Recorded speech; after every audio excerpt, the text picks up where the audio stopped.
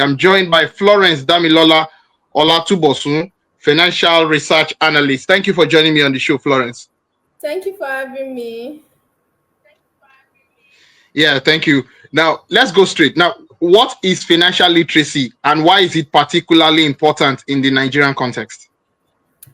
Financial literacy is simply the ability to make informed and effective Inform decision and effective decision. Mm, with financial resources. And simply, if you think yeah. about financial literacy, just the ability to know how to make money, how to manage your money, and how to Mm, grow your money.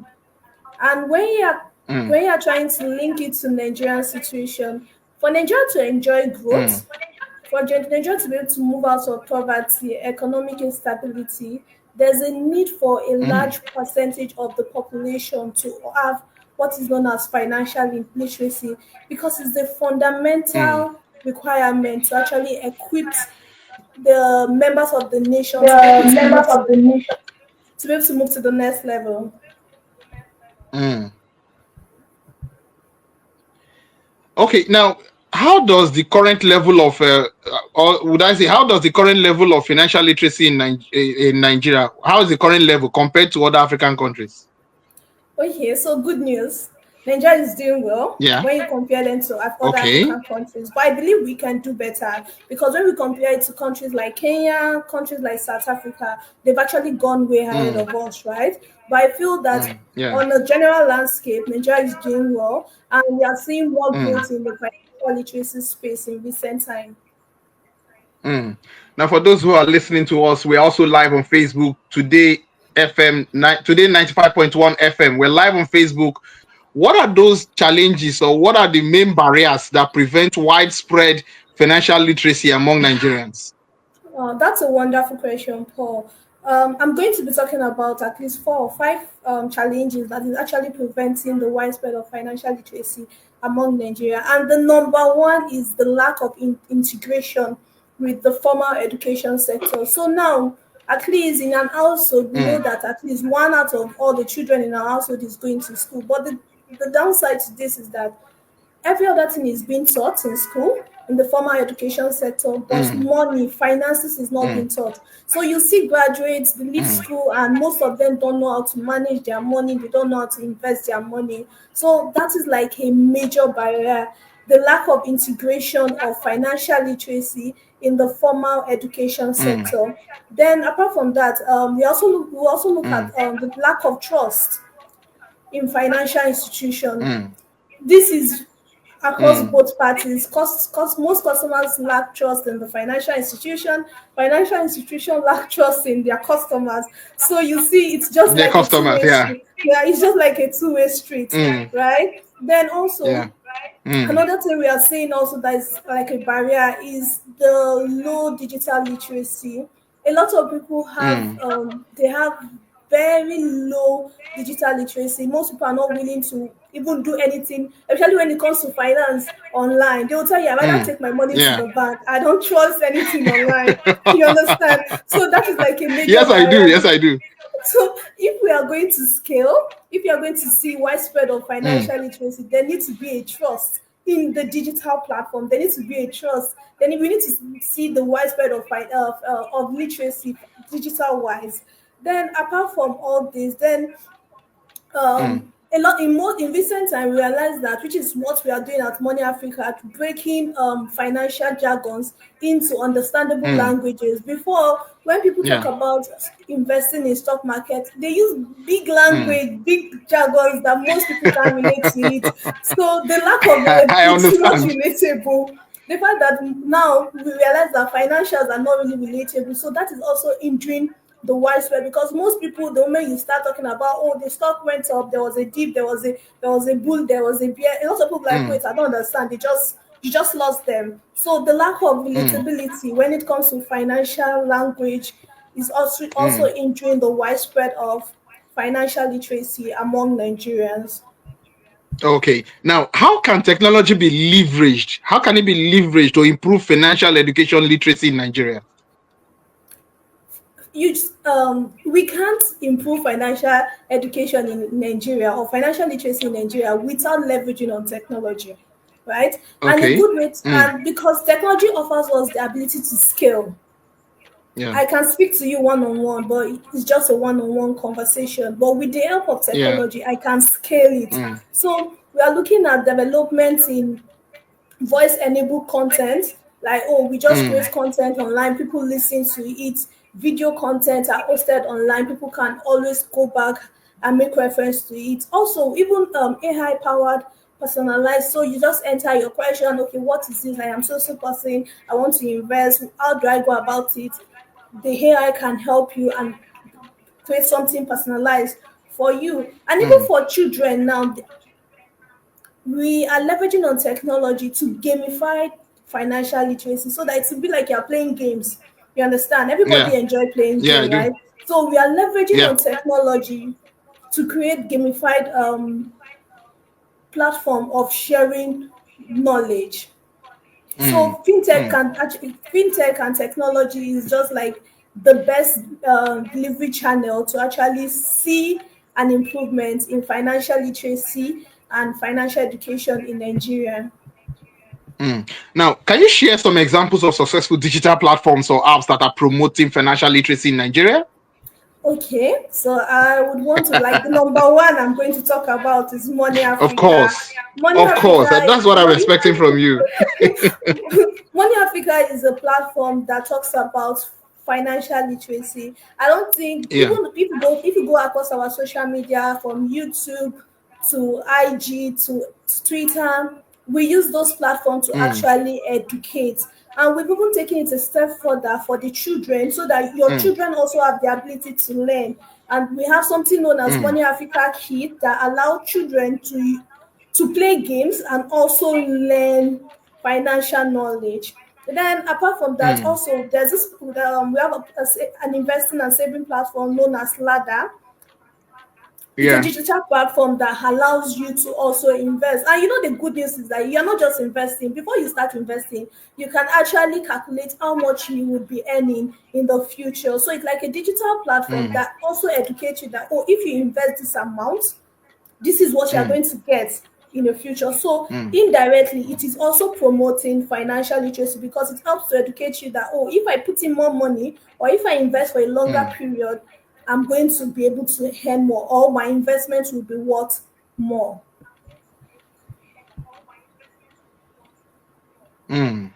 Now, what role do you think government policies and initiatives play in terms of closing the gap on financial literacy?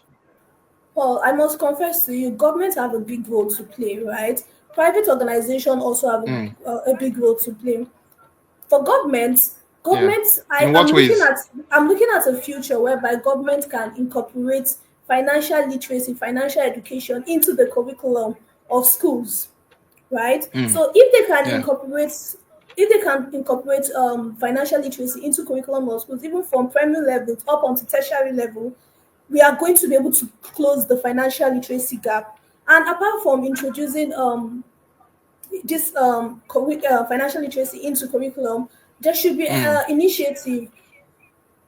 Currently, with NYSC, we see that, oh, government invites people to train core members while they're on camp. Apart from just training them with skill, I want to see a situation whereby they invite financial educators to come and educate the core members, because of course, getting skilled is a good thing, right? It helps you to make money. It Yeah. helps you to improve the economy. But apart from this, if you don't know how to manage that money, you are just going to keep on working.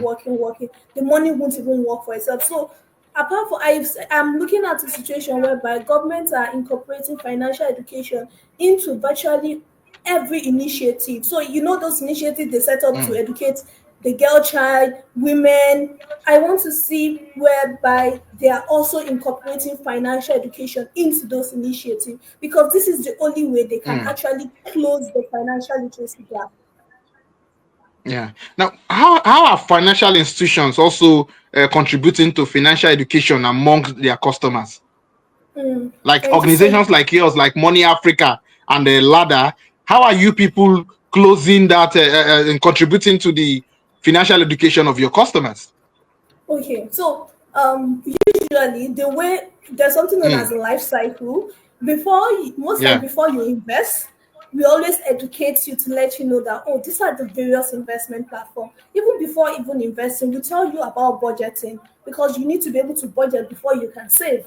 And when you're saving for two major things. It's either you're saving for an emergency, or you're saving to invest, right? So it starts from the first stage, know how to budget. So we educate our client by ensuring that, oh, they know how to budget, and after knowing how to budget, they know how to save. And they don't just save, they know the various mediums they can use to save, because we understand that when you save for the purpose of saving, your inflation tend to erode the interest that most of the commercial banks tend to give to you. So we educate our clients to help them understand that, oh, while saving is good, it is better you invest this money, right? So we ensure that they know the platforms to save, they know the various assets that they can actually invest in, so that they don't just invest, they also have a good knowledge of what they are investing in and what it means to actually invest through those assets channels. Okay.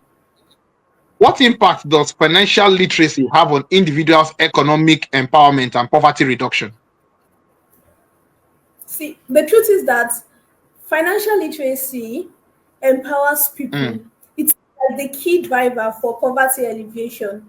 If you want to elevate anybody, right? If you want to improve the livelihood of anybody, if you want to improve the economic situation, financial literacy is like the key, because you can equip an individual with the skills to make money, but if they don't know how to keep that money, if they don't know how to invest that money, it is just a circle. They just keep running the rat race, right? So financial literacy is directly linked to entrepreneurship, asset building, even intergenerational wealth creation. So financial literacy empowers people to budget, save, invest, and avoid all these explorative financial practice. Like, I'm pretty sure you know a lot of them, because there was one that went down. Was it a few Went months down. ago?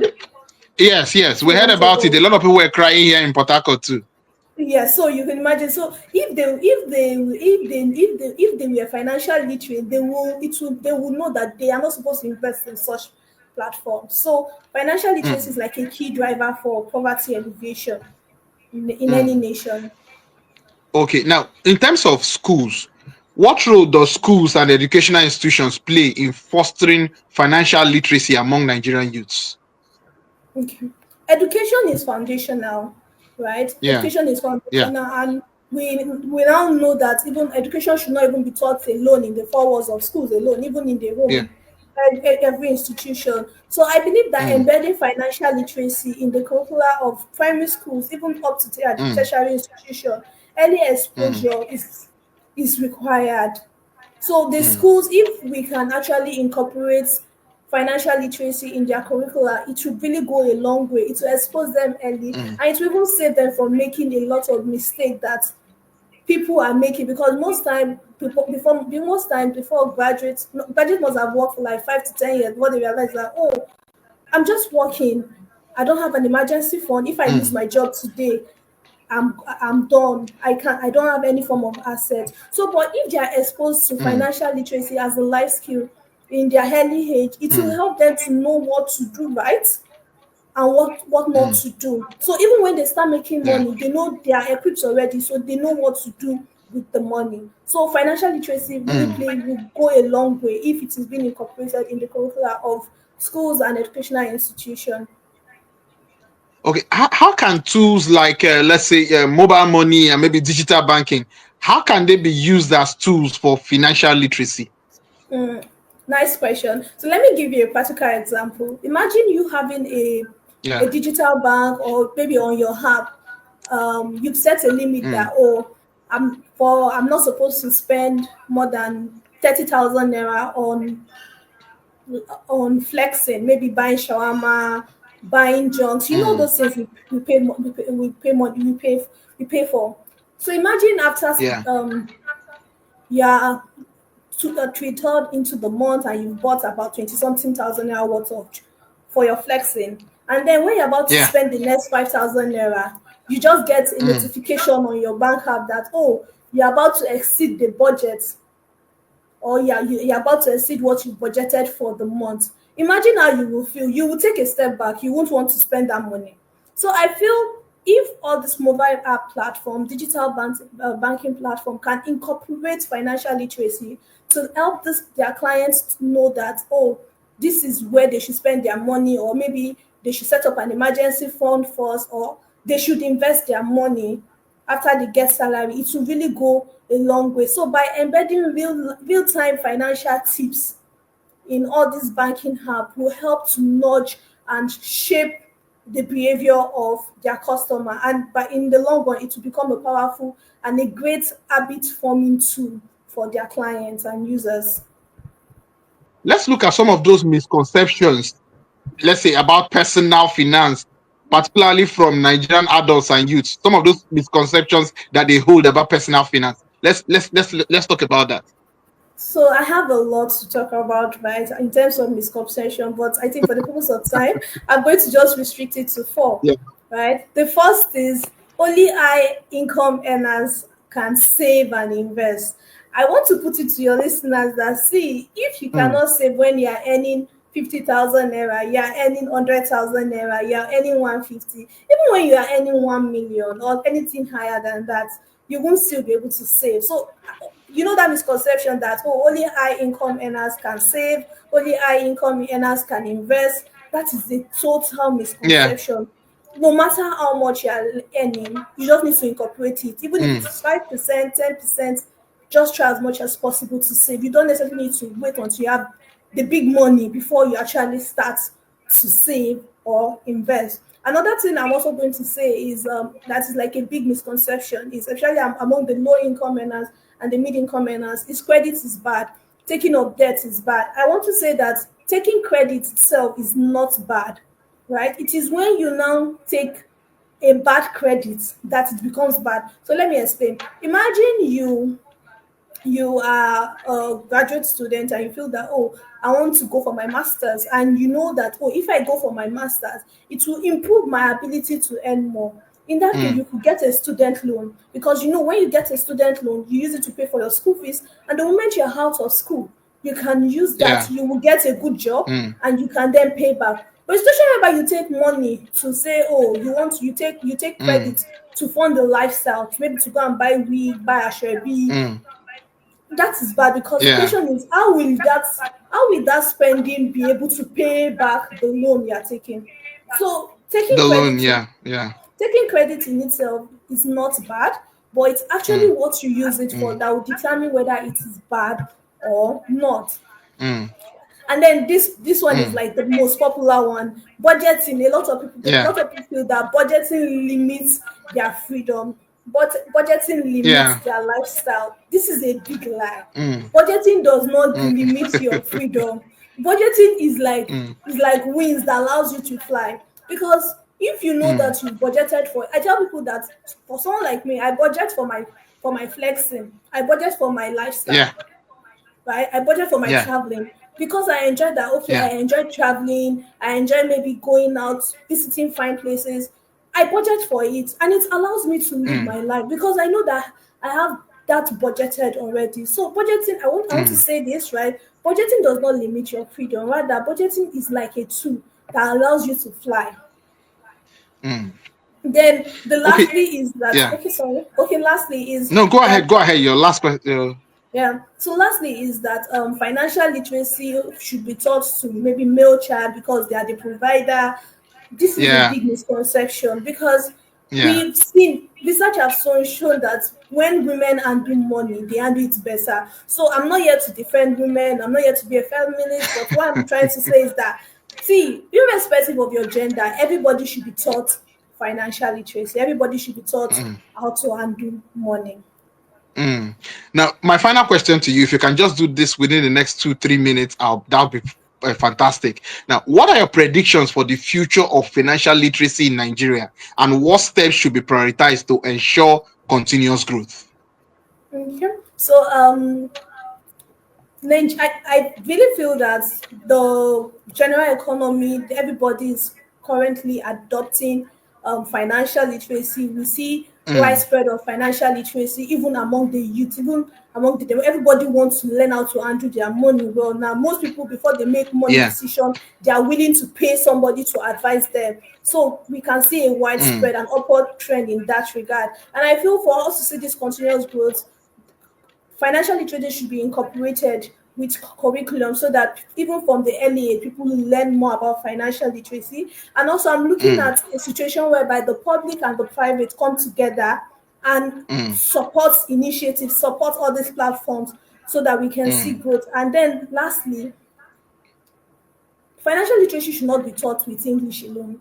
It should be taught in Yoruba, Okay. it should be taught in Igbo, it should be taught in Hausa, so that even those people that don't go to schools or those people that might not be able to speak English are also have the ability to also learn financial literacy.